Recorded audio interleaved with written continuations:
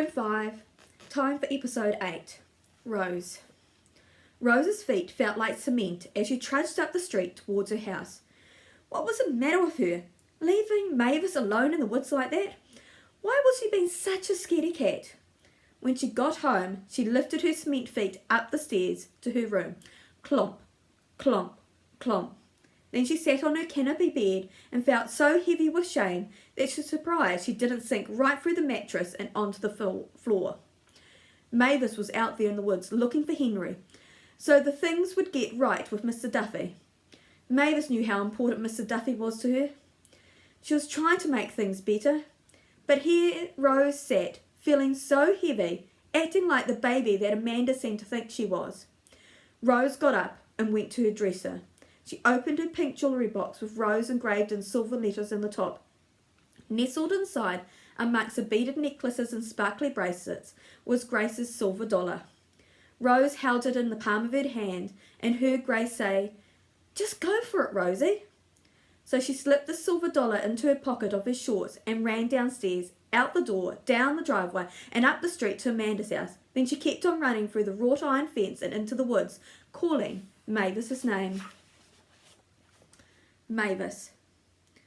Mavis couldn't believe it when she heard Rose calling her. She stopped tromping through the woods and waited. Sure enough, Rose came bursting through the tangled bush. When she caught her breath, she said, "Hey!" Mavis grinned, "Hey!" Then Rose trudged right past Mavis, leading the way through the woods and calling for Henry. As Mavis followed Rose, she felt like she was floating, like her feet weren't even touching the leaf-covered ground or jumping over rotting branches. Rose hadn't left her alone to carry out the plan by herself. Rose was marching deeper into the woods, even though she wasn't allowed to be there. Rose was being a very good best friend. Mavis was so lost in her thoughts that she nearly jumped clear out of her sneakers when a thin white dog stepped out of the cluster of rhododendrons and stopped right there in front of her and Rose. "Henry!" She recognised a long, thin nose, those brown ears, those big brown spot on the side shaped like the map of Texas. "Hey, fella," Mavis whispered. Henry wagged his tail. He was dirty as all get out, with dark brown cockleburrs stuck here and there in his fur. "He's so skinny," Rose whispered. Mavis took a step towards him. "It's okay, fella. I won't hurt you." Henry backed up a little, but wagged his tail. Mavis took another step. Wag, wag, another step. Wag, wag. Finally, Mavis was close enough to touch him. She reached out very slowly and put her hand on Henry's side, stroked him gently on the map of Texas brown spot. Next she stroked his head, rubbing gently between his ears. Then Mavis noticed something peculiar. "Rose, check this out." Henry had numbers on the inside of each ear. Numbers! Tattooed on his velvety ears. Actually, one ear had 3 numbers and a letter. 117E. And the other ear had 5 numbers. 51549. What in the world could that mean? Why would a dog have numbers on his ears?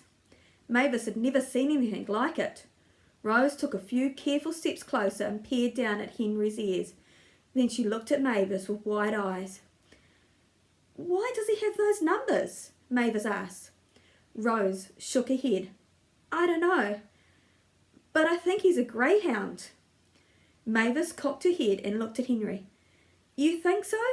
Rose nodded.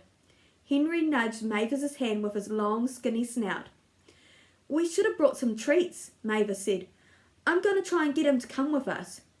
Then she reached for Henry with both hands, but quick as lightning he jerked away and took off running. And in a blink, he was gone.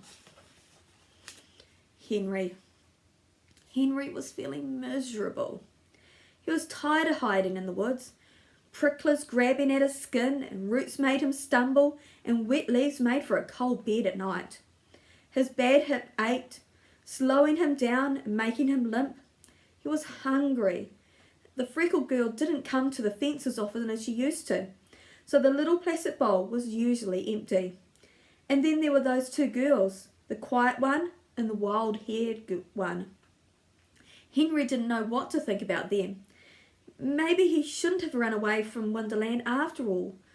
There was always food there, and a warm dry bed. But something was different at Wonderland. Something that did not feel right to Henry.